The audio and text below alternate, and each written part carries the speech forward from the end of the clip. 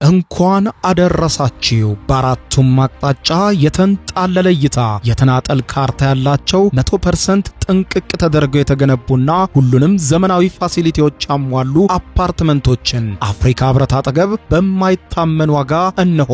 ቢኖሩበት መሃል ከተማ ቢያከራዩት አትራፊ 50% ቅድመ ክፍያ ከፍለው ቀሪውን ተረጋግተው በባንክ እስከ 15 ዓመት የሚከፍሉት ቀድመው ለሚመጡ ደንበኞች ከልዩ ቅናሽ ጋር እነሆ።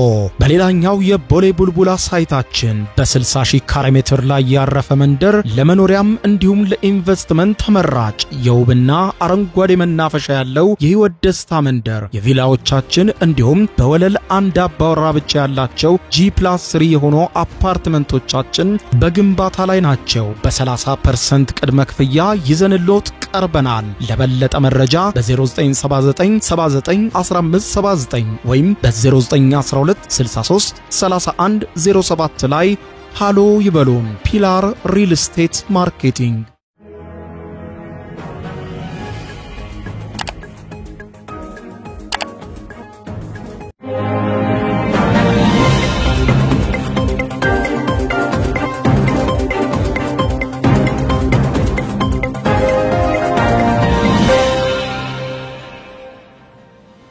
ተናስተልኝ ክብራትና ክብራን የዩቲዩብ ቻናል ቤተሰቦች የሰዓቱን አጭርና ሰበር መረጃ ይዤ ቀርብ ያለው የኢትዮጵያ መከላከያ ሚኒስትር በድረገጹ ባወጣው ጽሁፍ ላይ የአሰብ ወደብ ጉዳይን አንስቷል። የአሰብ ወደብ ጥያቄ ትክክል እንዳልሆነ ለመቀላበድ መሞከር ባንዳነት ነው ሲል አስፍሯል። ይህን በተመለከተ ቢቢሲን ጨምሮ ሌሎች መገናኛ ብዙሃን እየዘገቡት ነው። የመከላከያ ሚኒስትር ስለ አሰብ ወደብ ጉዳይ ያነሳውንና ያሳየውን አቋሙን በተመለከተ ማለት ነው። ይህንን የመከላከያ ሚኒስትርን ጽሁፍ የማስደምጣችሁ ይሆናል። በወደብ ጉዳይና በሀገር ሉዓላዊነት ጉዳይ ያወጣውን ጽሁፍ። በሌላ በኩል ደግሞ ክብራን አድማጮች እንዲሁ ትራምፕ በፖርትላንድ ወታደሮች እንዲሰማሩ ሙሉ ኃይላቸውንም እንዲጠቀሙ ትዕዛዝ መስጠታቸው በአሜሪካ ውጥረት እንዲያይል አድርጓል። ጉዳዩን በተመለከተ የማስደምጣችሁ ሰበር መረጃ ይኖራል። እስከ ፍጻሜ ቆዩ። ዝርዝር መረጃዎችን አድምጡ ግብዣዬ ነው። ወደ መረጃዎቹ አለፍኩ። አብረን እንከታተለው። በቅድሚያም የኢትዮጵያ ሀገር መከላከያ ሰራዊት የአሰብ ወደብን ጥያቄ ትክክል እንዳልሆነ ለመቀላበድ መሞከር ባንዳነት ነው ሲል አስታወቀ። የኢትዮጵያ መከላከያ ሰራዊት በማህበራዊ ትስስር ገጹ ላይ የአሰብና የቀይ ባህር ጥያቄን ትክክል እንዳልሆነ መቀላበድ ባንዳነት ነው ሲል አንድ ጽሁፍ አስነብቧል። የኢትዮጵያ ሀገር መከላከያ ሰራዊት ባስነበበው ጽሁፍ ወደንና ፈቅደን ስለምንሰዋላት ኢትዮጵያ ጠንቅቀን እናውቃለን በሚል ርዕስ የቀረበ ጽሁፍ ሲሆን የቀይ ባህርና የአሰብ ጉዳይን በዚሁ ጽሁፉ ላይ አንስቶታል። ከ3 አስርት ዓመታት በላይ የኢትዮጵያን ህመም ሆኖ የታላቅ ሀገርነቷን ክብር አሳንሷል፣ የጂኦፖለቲካ ብሔራዊ ወሳኝ ጥቅሟንም ቀምቷታል ሲል የሀገር መከላከያ ሰራዊት በዚህ መልእክቱ ላይ አስፍሮታል። ቢቢሲ መልእክቱን ጠቅሶ እንደዘገበው የኢትዮጵያ ብሔራዊ ጥቅምን ስለማረጋገጥ የሚያትተው ይሄው የመከላከያ ሚኒስትር መልእክት የኢትዮጵያ ወታደሮች የቀይ ባህር ጥያቄ የዓለም አደባባይ በይፋ መጠየቅ በታላቅ ደስታ ስሜት እንደሞላው ገልጾ የመከላከያ ሚኒስትር በይፋ ማህበራዊ ትስስር ገጹ ባሰፈረው በዚህ መልእክቱ ለኢትዮጵያ ብሔራዊ ጥቅም መረጋገጥ የትኛውንም አይነት መስዋዕትነት ለመክፈል ለሰከንድም እንደማያቅማማ መግለጹን ቢቢሲ የሀገር መከላከያ ሰራዊት ይፋዊ የማህበራዊ ሚዲያ ገጽን ጠቅሶ ዘግቧል። መከላከያ ሚኒስትር በመልእክቱ ላይ የተመረቀው የህዳሴ ግድብን በመጥቀስ የቀይ ባህር ጉዳይ እውን የማይሆንበት ምንም ምክንያት እንደሌለ በጽኑ እናምናለን በማለት አቋሙን አስታውቆ በመሆኑም የቀይ ባህር ብሎም የአሰብ ወደብ ጥያቄ በየትኛው መነጽር ትክክል እንዳልሆነ ለመቀላበድ መሞከር ከባንዳነት ውጪ አንዳች ውሃ የሚያነሳ አመክንዮ ሊኖረው አይችልም ሲል መከላከያ ሚኒስትር በመልእክቱ አስፍሯል። ባለፈው ጳጉሜ 4 በድል የቋጨነው የህዳሴ ግድብን ለማደነቃቀፍ የባዕዳን የአደባባይ የዲፕሎማሲ ጦርነት አይዘነጋም ያለው መከላከያ ሚኒስትር ከዚሁ ጎን ለጎንም ባዕዳኑ ጃስ የሚሉና የሚያሰማሩብን አዋኪ ጦር ሰበቃን ስናስተውል የጊዜና ሁኔታ መረጣቸውን እውነትነት ያረጋግጥልናል ብሏል። የሚገርመው ደግሞ ባዕዳኑ በግልጽ ነው የሚሞግቱት፣ ባንዳዎች ግን የሆነ አጀንዳ ይመዛሉ። መዘውም በኢትዮጵያ ስምለው እየተገዘቱ ድብቅ ጉዳያቸው የሆነውን የኢትዮጵያን ብሔራዊ ጥቅም እውን እንዳይሆን ክፋት በወለደው ዲስኩር ህዝብን ለማደናገር ይሰራሉ ያለው የሀገር መከላከያ ሚኒስትር ከ3 አስርት ዓመታት በላይ የኢትዮጵያን ህመም ሆኖ የታላቅ ሀገርነቷን ክብር አሳንሷል በማለት የቀይ ባህርን ጉዳይ አንስቷል። የጂኦፖለቲካ ብሔራዊ ወሳኝ ጥቅሟንም ቀምቶ ቆይቷል። የቀይ ባህርና የአሰብ ወደብ ጉዳይ ነው ብሎታል። እኛ ለሁላችንም መኩሪያ መመኪያ ኢትዮጵያችን ብሔራዊ ጥቅም መረጋገጥ የትኛውንም መስዋዕትነት ለመክፈል ለሰከንድም ለማናቅማማው የኢትዮጵያ ወታደሮች የሀገራችን የቀይ ባህር ጥያቄ በዓለም አደባባይ በይፋ መጠየቁም በታላቅ የደስታ ስሜት ሞልቶናል ብሏል። የደስታ ስሜቱ የፈጠረልን ደግሞ ከጉባ ኮረብታዎች ገመገም የተነሳው የታላቁ ህዳሴ ግድባችን በእኛ ትውልድ መስዋዕትነት እውን ሆኖ በዓለም ታላላቅ ሚዲያዎች ኢትዮጵያን ገዝፋ መታየቷን አይተናል። የቀይ ባህር ጉዳይም እውን የማይሆንበት ምክንያት እንደሌለም በጽኑ ስለምናምን ነው ብሎታል። እኛ ፖለቲከኞች አይደለንም ያለው የሀገር መከላከያ ሰራዊት እኛ ፖለቲከኞች አይደለንም፣ ይህ ማለት ግን ፖለቲካን አናውቅም ማለት አይደለም። ስለ ኢትዮጵያችን ብሔራዊ ጥቅም መረጋገጥ ወደንና ፈቅደን ስለሷ ስንሰየፍላት አውቀናት እንደሆነ አይጠረጠርም። በመሆኑም የቀይ ባህር ብሎም የአሰብ ወደብ ጥያቄን በየትኛው መነጽር ትክክል እንዳልሆነ ለመቀላበድ መሞከር ግን ከባንዳነት ውጪ አንዳች ውሃ የሚያነሳ አመክንዮ አይኖረውም ሲል አስታውቋል። ቢቢሲም በዚህ ዘገባው ጠቅላይ ሚኒስትር ዶክተር አብይ አህመድ የህዳሴ ግድቡን መጠናቀቅ አስመልክቶ በብሔራዊ ቴሌቪዥን የተላለፈው ውይይታቸው ላይ ያነሱትን ጉዳይ አስታውሷል። የቀይ ባህር ከ30 ዓመት በፊት በኢትዮጵያ እጅ እንደነበረ ጠቅሰው ስህተቱ ነገ ይታረማል ማለታቸው አይዘነጋም። ጠቅላይ ሚኒስትሩ በውይይታቸው ላይ ቀይ ባህር እኮ የዛሬ 30 ዓመት እኛ እጅ ነበር፣ ቀይ ባህር የዛሬ 30 ዓመት የትናንትና ታሪክ ነው፣ የተፈጠረውን ስህተት ትናንትና ነው፣ ነገ ይታረማል፣ ብዙ ከባድ አይደለም ነበር ያሉት ጠቅላይ ሚኒስትሩ አክለውም እንደተናገሩት ከሆነ የሺህ ዓመታት የአባይ ታሪክ ተቀይሮ እንዳየነው ሁሉ የኢትዮጵያም የባህር በር ያጣችበት ሁኔታ ይስተካከላል ብለዋል። ኢትዮጵያም ባለፈው ሳምንት ለ66 ከፍተኛ ወታደራዊ መኮንኖች የወታደራዊ ማዕረግ እድገት የሰጠች ሲሆን ይህንንም በማስመልከት ለኢትዮጵያ ዜና አገልግሎት ማብራሪያ የሰጡት የሚኒስትሩ ቃል አቀባይ ብርጋዴር ጀነራል ጌትነት ሰራዊቱ እንደ በውሃ መጠቀም መብትና የወደብ ጥያቄ ያሉ ብሔራዊ ጥቅሞችን በማስከበር ሂደት ውስጥ ሊከሰት ለሚችል ማናቸውም የደህንነት አጣብቂኝ መዘጋጀት አለበት ብለዋል። ጠቅላይ ሚኒስትር ዶክተር አብይ አህመድ ኢትዮጵያ የቀይ ባህር በኩል የባህር በር ማግኘት ፍላጎት እንዳላት በይፋ ካሳወቀች በኋላ በኤርትራ በኩል ከባድ ስጋት መጨመሩ ይነገራል። ጠቅላይ ሚኒስትር ዶክተር አብይ አህመድ ስለ ባህር በርና ስለ ወደብ ያሳዩት ፍላጎትና ያደረጓቸው ንግግሮችና እንቅስቃሴዎች የኤርትራ ባለስልጣናትን በእጅጉ እንዳስደነገጠ የተነገረ ሲሆን ጠቅላይ ሚኒስትሩም የባህር በር ለኢትዮጵያ የህልውና ጉዳይ ነው በማለት አስመረው መናገራቸው ይታወቃል።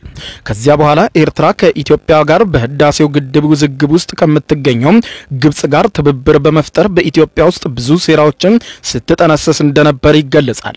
ከዚህ ቀደም የባህር በር ጉዳይ የህልውና ጉዳይ ነው ያሉት ጠቅላይ ሚኒስትር ዶክተር አብይ አህመድ ኢትዮጵያ ለቀይ ባህር ስትል የመዋጋት ፍላጎት እንደሌላት ተናግረው እንደራደር ነው ያለው ብለዋል። ኤርትራ ግን በተቃራኒው ኢትዮጵያ በጠባጫሪነት እየከሰሰች ልወረር ነው በማለቷን ቀጥላበታለች። ጠቅላይ ሚኒስትር ዶክተር አብይ አህመድ በቅርቡ ባደረጉት ንግግር ኢትዮጵያ የመልክዓ ምድር እስረኛ ሆና አትቀጥልም፣ ይህንን ነገር አረጋግጥላችኋለሁ ብለዋል። የኢትዮጵያ የባህር በር ማግኘት ጉዳይ አይቀሬ መሆኑን አስምረው የተናገሩት ጠቅላይ ሚኒስትሩ ሀገራት በፈጠነ ጊዜ ራሳቸውን ለድርድር እንዲያዘጋጁ እናሳስባለን ብለዋል። ኢትዮጵያ በአፍሪካ ቀንድ ግን የባህር በር የሌላት ሀገር የሆነችው ከ30 ዓመት በፊት ኤርትራ ነፃ መውጣቷን ተከትሎ ሲሆን ከዚያ በኋላ ሀገሪቱ ለገቢ ወጪ ንግዷ የምትጠቀመው ትንሿን የጎረቤት ሀገር ጅቡቲ ነው። ለጅቡቲም እስካሁን ድረስ ለወደብ ኪራይ በትሪሊዮን የሚቆጠር ብር የፈሰሰ ሲሆን አሁን ላይ ከኢትዮጵያ ሕዝብ ቁጥር ከመጨመርና በተለይም የምስራቅ አፍሪካ ፖለቲካ በየጊዜው እየተቀያየረ መምጣቱን ተከትሎ ኢትዮጵያ ወደብ የማስፈልገው ጉዳይ ሳይታለም የተፈታ እንደሆነ ተነግሯል። በሌላ ዜና ትራምፕ በፖርትላንድ ወታደሮች እንዲሰማሩና ሙሉ ኃይላቸውን እንዲጠቀሙ ትዕዛዝ መስጠታቸው አሜሪካውያንን አስደነገጠ። ትራምፕ የኢሚግሬሽን ማቆያ ማዕከላት ኢላማ ያደረጉ ተቃውሞችን ለማስቆም ሲሉ በኦሪገን ፖርትላንድ ወታደሮች እንዲሰማሩና አስፈላጊ ከሆነ ሙሉ ኃይላቸውን እንዲጠቀሙ ሲሉ ትዕዛዝ ሰጥተዋል። የአሜሪካው ፕሬዝዳንት በትሩዝ የማህበራዊ ሚዲያ ገጻቸው ላይ ባሰፈሩት ጽሑፋቸው እርምጃው በአንቲፋና በሌሎችም የሀገር ውስጥ ሽብርተኞች በከበባ ውስጥ ውስጥ ያለውን የኢሚግሬሽንና የጉምሩክ ባለስልጣን ከጥቃት ለመከላከል ይረዳልን ብለዋል። ውሳኔው የትራምፕ አስተዳደር ህገወጥ ስደት ላይ ያለው እየወሰደ ባለው ጥብቅ እርምጃ ምክንያትም በአሜሪካ ከተሞች የወታደር ስምሪት እየተስፋፋ መምጣቱን የሚያሳስብ መሆኑ እየተነገረ ባለበት ሰዓት ነው። አሁን ላይ ታዲያ በፕሬዝደንቱ የተወሰደው እርምጃ ከዲሞክራቲክ ህግ አውጪዎች ተቃውሞ የገጠመው ሲሆን የፌዴራል ወታደሮች በፖርትላንድ መሰማራታቸው አስፈላጊ አይደለም ሲሉ ተከራክረዋል። የኦሪገን ገዢ ቲና ኮቴክ በፖርትላንድ በብሔራዊ ደህንነት ስጋት የለም፣ ማህበረሰባችን ደህንነቱ የተጠበቀና የተረጋጋ ነው ሲሉ ገልጸዋል። ኮቴክ ጠንከር ባለ መግለጫቸው አክለውም ማንኛውም የወታደር ስምሪት ስልጣንን ያላግባብ መጠቀም ነው ያሉ ሲሆን ለእርምጃው አስፈላጊ ምላሽ መስጠት ያስፈልግ እንደሆነ ለማየት ከኦሪገን ጠቅላይ አቃቢ ህግ ዳን ፌልዲስ ጋር እየሰሩ መሆናቸውን ገልጸዋል።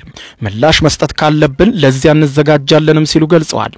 ትራምፕ በማህበራዊ ሚዲያ ገጻቸው ባጋሩ ጽሁፍ የብሔራዊ ዘብ አባላት አሊያም የአሜሪካ ጦር አባላትም ይሁን የትኛውም የጸጥታ ኃይል የመሰማራት ፍላጎት እንዳላቸው ያልጠቀሱ ሲሆን ሙሉ ኃይል መጠቀም ሲሉ ግን ምን ማለታቸው እንደሆነ ግን አላብራሩም። በፕሬዝደንቱ በሚሰጠው አቅጣጫ መሰረት የሀገር ውስጥ የደህንነት መስሪያ ቤት በፖርትላንድ የሚያካሂደው ዘመቻ ለመደገፍ የአሜሪካ ጦር ሰራተኞችን ለማነቃነቅ ዝግጁ ነን ሲል የፔንታጎን ቃል አቀባይ ሲን ፓርኔል ለቢቢሲ ተናግረዋል። መስሪያ ቤቱ አስፈላጊና ወቅታዊ መረጃዎች እንደሚሰጥም አክሏል። በፖርትላንድ የሚገኘው የኢሚግሬሽንና ጉምሩክ ባለስልጣን ተቋማት ከሰኔ ወር ጀምሮ በተቃዋሚዎች ኢላማ የሆኑ ሲሆን አንዳንዴም ወደ ተቃውሞና ወደ ግጭት አምርቶ ጉዳትን ሲያስከትል ታይቷል። ከአውሮፓውያኑ መስከረም 8 ጀምሮ የአሜሪካ ጠቅላይ አቃቤ ሕግ ቢሮም በፖርትላንድ መኮንኖች ላይ ጥቃት መፈጸም፣ በፖሊስ ቁጥጥር ስር ላለመዋል በመታገልና በእሳት በመለኮስ በ26 ግለሰቦች ላይ የፌዴራል ክስ መስርቶባቸዋል። የሀገር ውስጥ ደህንነት መስሪያ ቤት አርብ ዕለት እንደገለጸው ተቃዋሚዎች በፖርትላንድ በሚገኘውና ኢሚግሬሽንና ጉምሩክ ተቋም ላይ በተደጋጋሚ ጥቃትና ከበባ ፈጽመዋል ብሏል። በዚህም በርካታ ግለሰቦች በቁጥጥር ስር መዋላቸውን የፌዴራልን ሕግ በመጣስ ክስ እንደተመሰረተባቸው መስሪያ ቤቱ በማህበራዊ ሚዲያ ላይ ባጋራው የጽሁፍ መግለጫም ገልጧል። በቅርቡ የሀገር ውስጥ የሽብር ድርጅት ሆኖ የተፈረጀው ሮስ ሲቲ አንቲፋ በህገ ወጥ መንገድ የስደተኞች ማዕከል መኮንኖች ላይ ድብደባ ፈጽሟልም ብሏል። የመስሪያ ቤታችን አድራሻም በበይነ መረብና በበራሪ ወረቀቶች ላይ አትሞ አሰራጭቷል። ከአንቲፋ ጋር ግንኙነት ያላቸው ግለሰቦችም በሀገር ውስጥ ደህንነት ሰራተኞች ላይ የግድያ ማስፈራሪያም ልኳል ሲል የሀገር ውስጥ የደህንነት መስሪያ ቤቱ ገልጧል።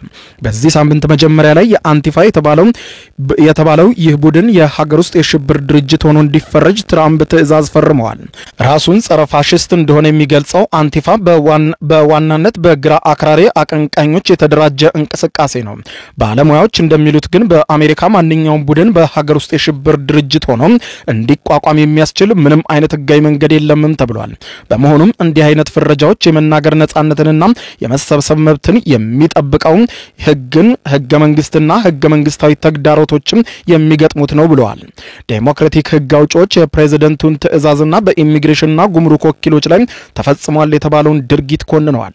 የኦሪገን ሴናተር ሮን ዌይድን አርብ ዕለት ሲናገሩ የፌዴራል ኃይሎች በፖሊስ ቁጥጥር ስር ሆኖ በሞተው ጆርጅ ፍሎይድ ግድያን ተከትሎ በተቀሰቀሰው ተቃውሞ የፌዴራል ፖሊሶች መሰማራታቸውን በማስታወስ የፌዴራል ወኪሎች ከ5 ዓመት በፊት የፈጸሙትን ጨዋታ እንደገና ሊመልሱት እንደሚችሉ የሚያሳዩ ተጨባጭ መረጃዎችም አሉን ብለዋል። በመሆኑም የኦሪገን ነዋሪዎች ትራምፕ ግጭት ለመቀስቀስ በዘረጉት ወጥመድ ውስጥ እንዳይገቡ እናስጠነቅቃለን ብለዋል። የአካባቢው ህግ አውጪዎችም ለማህበረሰቡ አስጊ ያልሆኑ ሰዎችን በማሳደድ የኢሚግሬሽንና ጉምሩክ ባለስልጣንን ከሰዋል። ክቡራን አድማጮች ለሰዓቱ ብታረምጧቸው መልካም ናቸው ያልኳቸው አጫጭር መረጃዎች የሰማችኋቸው ናቸው። ከሰዓታት በኋላ በሌላ መረጃ ተመልሰን እስከምንገናኝ በያለንበት የዓለም ዳር ቸር እንቆይ።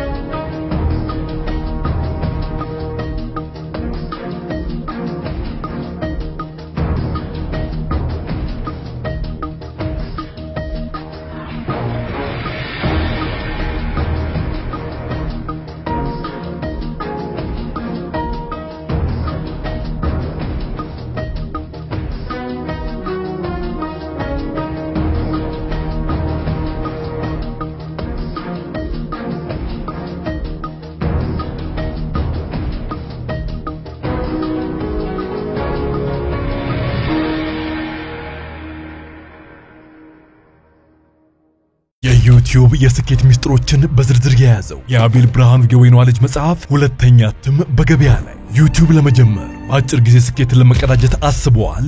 ዩቲዩብ ብጀምር ስንት ብር አገኘሁም ብሎ አስበዋል? እንግዲያውስ በዩቲዩብ 2 የወርቅ 3 የብር ሽልማቶችን ያገኘው የአቤል ብርሃኑ የወይኗ ልጅ የዩቲዩብ ሚስጥሮች መጽሐፍ በዝርዝር ሁሉንም ያብራራሉታል። ዛሬውኑ ገዝተው ህልሞን እውን የሚያደርጉበትን የዩቲዩብ የስኬት መንገድ ይጀምሩ። በሀገር ቤት አከፋፋይ አዲስ አበባ ሜክሲኮ ኮሜርስ መጽሐፍት መደብር። በውጭ ሀገራት ለምትገኙ ከአማዞን ላይ ብታዙ በቀናት ውስጥ ደጁ ይደርሳል። የአማዞን ሊንኩን እዚህ ቪዲዮ ኮሜንት ላይ ያገኙታል። የዩቲዩብ ሚስጥሮች ዘመኑ ጋር ተፈላጊ መጽሐፍ።